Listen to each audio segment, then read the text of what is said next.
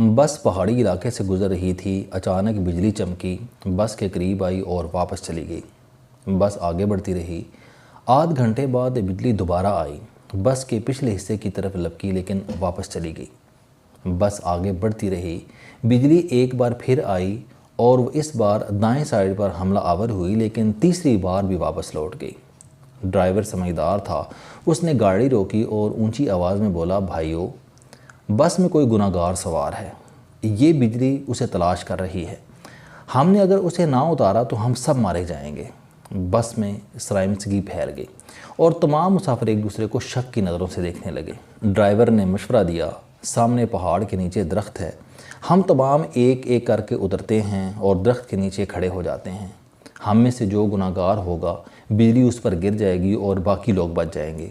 ये तजवीज़ काबिल अमल थी। तमाम मुसाफिरों ने इत्तफाक किया। ड्राइवर सबसे पहले उतरा और वो दौड़कर दरख्त के नीचे खड़ा हो गया। बिजली आसमान पर चमकती रही लेकिन वो ड्राइवर की तरफ नहीं आई। वो बस में वापस चला गया। दूसरा मुसाफिर उतरा और दरख्त के नीचे खड़ा हो गया।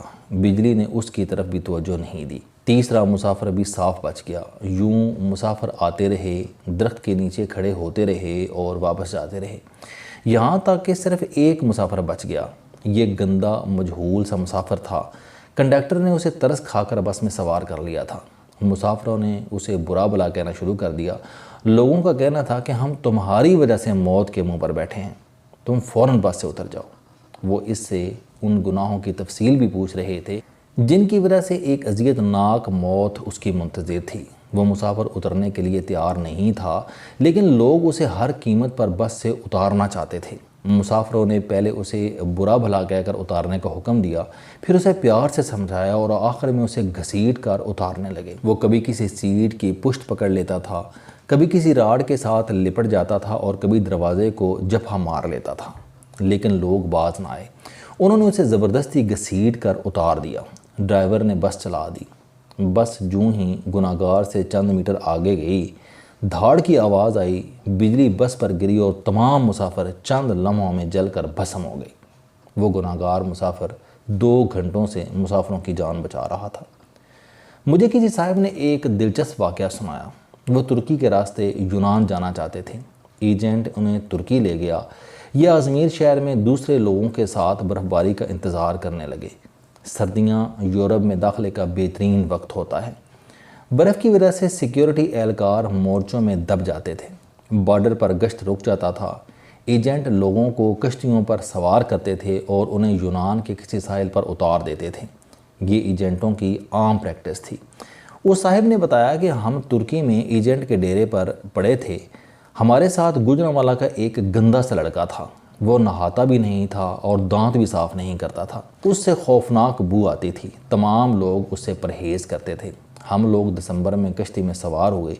हम में से कोई शख्स उस लड़के को साथ नहीं ले जाना चाहता था। हमने उसे रोकने की कोशिश की, लेकिन वो रोना शुरू हो गया। एजेंट के पास वक्त कम था, चुनाचे उसने उसे ठुड्डा मारकर कश्ती में फेंक दिया। कश्ती जब यूनान की हदूद में दाखिल हुई तो कोस्ट गार्ड एक्टिव थे। यूनान को शायद हमारी कश्ती की मुखबरी हो गई थी। एजेंट ने मुख्तलिफ रास्तों से यूनान में दाखिल होने की कोशिश की, मगर हर रास्ते पर कोस्ट गार्ड थे। इस दौरान उस लड़के की तबीयत ख़राब हो गई। वो उल्टियाँ करने लगा। हमने एजेंट से एहतजाज शुरू कर दिया। एजेंट टेंशन में था, उसे गुस्सा आ गया। उसने 2 लड़कों की मदद ली और उसे उठाकर यख पानी में फेंक दिया। वो बेचारा डुबकियाँ खाने लगा। हम आगे निकल गए। हम अभी आधा किलोमीटर ही आगे गए थे कि हम पर फायरिंग शुरू हो गई। एजेंट ने कश्ती मोड़ने की कोशिश की। कश्ती अपना तवाज़ुन बरकरार न रख सकी और पानी में उलट गई। हम सब पानी में डुबकियां खाने लगे। मैंने खुद को सर्दी, पानी और खौफ के हवाले कर दिया। मेरी आंख खुली तो मैं हस्पताल में था। मुझे अमले ने बताया कि कश्ती में सवार तमाम लोग मर चुके हैं, सिर्फ 2 लोग बचे हैं। मैंने दूसरे शख्स के बारे में पूछा तो डॉक्टर ने मेरे बेड का पर्दा हटा दिया। दूसरे बेड पर वही लड़का लेटा था जिसे हमने अपने हाथों से समंदर में फेंका था। समंदर की लहरें उसे धकेल कर साहिल तक ले आई थीं। मुझे कोस्ट गार्ड्स ने बचा लिया था, जबकि बाकी लोग गोलियों का निशाना बन गए थे या फिर सर्दी से ठठर कर मर चुके थे। मैं 15 दिन हस्पताल रहा। मैं इस दौरान ये सोचता रहा कि मैं क्यों बच गया। मुझे कोई जवाब नहीं सूझता था। میں جب ہسپتال سے ڈسچارج ہو رہا تھا تو مجھے اس وقت یاد آیا کہ میں نے اس لڑکے کو لائف جیکٹ پہنائی تھی۔ ایجنٹ جب اسے پانی میں پھینکنے کے لیے آ رہا تھا تو میں نے فوراً باکس سے جیکٹ نکال کر اسے پہنا دی تھی۔ یہ وہ نیکی تھی جس نے مجھے بچا لیا۔ مجھے جو ہی یہ نیکی یاد آئی، مجھے 6 ماہ کا وہ سارا زمانہ یاد آ گیا جو ہم نے اس لڑکے کے ساتھ گزارا تھا۔ ہم نہ صرف ترکی میں اس کی وجہ سے بچتے رہے تھے، بلکہ جب وہ ہماری کشتی میں موجود رہا ہم کوسٹ گارڈ سے بھی محفوظ رہے، یخ پانی سے بھی اور موت سے بھی۔ ہم نے جو ہی اسے کشتی سے دھکا دیا، موت نے ہم پر اٹیک کر دیا۔ میں نے پولیس سے درخواست کی کہ میں اپنے ساتھی سے ملنا چاہتا ہوں۔ پولیس اہلکاروں نے بتایا کہ وہ پولیس وین میں تمہارا انتظار کر رہا ہے۔ میں گاڑی میں سوار ہوا اور جاتے ہی اسے گلے سے لگا لیا۔ مجھے اس وقت اس کے جسم سے کسی قسم کی کوئی بو نہیں آ رہی تھی۔ مجھے معلوم ہوا کہ میرے ساتھیوں کو اس کے جسم سے اپنی موت کی بو آتی تھی۔ یہ ان لوگوں کی موت تھی جو انہیں اس سے الگ کرنا چاہتی تھی، اور جو ہی الگ ہوئے سب موت کی آغوش میں چلے گئے۔ میرے ایک بزرگ دوست جوانی میں ارب پتی تھے، لیکن ان کی زندگی کا آخری حصہ عسرت میں گزرا۔ مجھے انہوں نے ایک دن اپنی کہانی سنائی۔ انہوں نے بتایا کہ میرے والد مل میں کام کرتے تھے، گزارا مشکل سے ہوتا تھا۔ ان کا ایک کزن معذور تھا۔ کزن کے والدین فوت ہو گئے، ان کے آگے پیچھے کوئی نہیں رہا۔ میرے والد کو ترس آ گیا، وہ اسے اپنے گھر لے آئے۔ ہم 5 بہن بھائی تھے، گھر میں غربت تھی اور اوپر سے ایک معذور چچا سر پر آ گرا۔ والدہ کو وہ اچھے نہیں لگتے تھے، وہ سارا دن انہیں کوستی رہتی تھیں۔ ہم بھی والدہ کی وجہ سے ان سے نفرت کرتے تھے، لیکن میرے والد کو ان سے محبت تھی۔ وہ انہیں ہاتھ سے کھانا بھی کھلاتے تھے، ان کا بول براز بھی صاف کرتے تھے اور انہیں کپڑے بھی پہناتے تھے۔ اللہ کا کرنا یہ ہوا کہ ہمارے حالات بدل گئے۔ ہمارے والد نے چھوٹی سی بھٹی لگائی، یہ بھٹی کارخانہ بنی اور وہ کارخانہ کارخانوں میں تبدیل ہو گیا۔ ہم ارب پتی ہو گئی۔ 1980 کی دہائی میں ہمارے والد فوت ہو گئے۔ وہ چچا ترکے میں مجھے ملے۔ میں نے انہیں چند ماہ اپنے گھر رکھا، لیکن میں جلد ہی تنگ آ گیا۔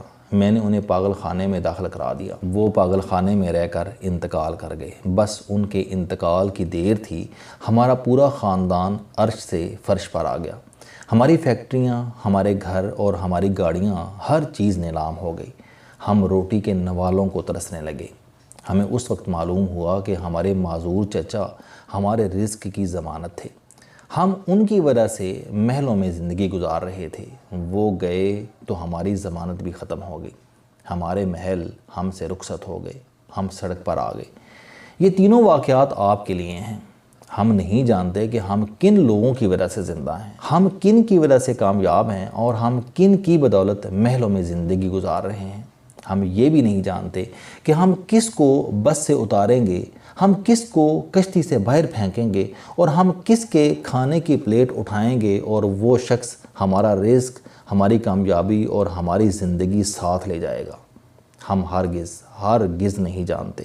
لہٰذا ہم جب تک اس شخص کو نہیں پہچان لیتے، ہمیں اس وقت تک کسی کو بس کشتی اور گھر سے نکالنے کا رسک نہیں لینا چاہیے۔ کیونکہ ہو سکتا ہے کہ ہمارے پاس جو کچھ ہو وہ سب کچھ اس کا ہو، اور اگر وہ چلا گیا تو سب کچھ چلا جائے۔ ہم نہ رہیں، مٹی کا ڈھیر بن جائیں۔ السلام علیکم۔ آپ سٹوڈنٹ ہیں، کوئی جاب کرتے ہیں، کاروبار کرتے ہیں، یا پھر آپ گھریلو زندگی گزار رہے ہیں۔ اگر آپ اپنی زندگی کو بدلنا چاہتے ہیں تو اس چینل علم دوستی پر آپ زندگی میں کامیابی کے لیے جاوید چوہری صاحب کے موٹیویشنل، سوشل، سیلف ڈسکوری سے ریلیٹڈ اور صحت سے متعلق بے شمار کالم سن سکتے ہیں۔ میرا دعویٰ ہے کہ یہ چینل آپ کی زندگی بدل دے گا۔ اس چینل کا مقصد اچھی باتیں معاشرے میں پھیلانا ہے، اور اچھی بات کو دوسروں تک پہنچانا صدقہ جاریہ ہے۔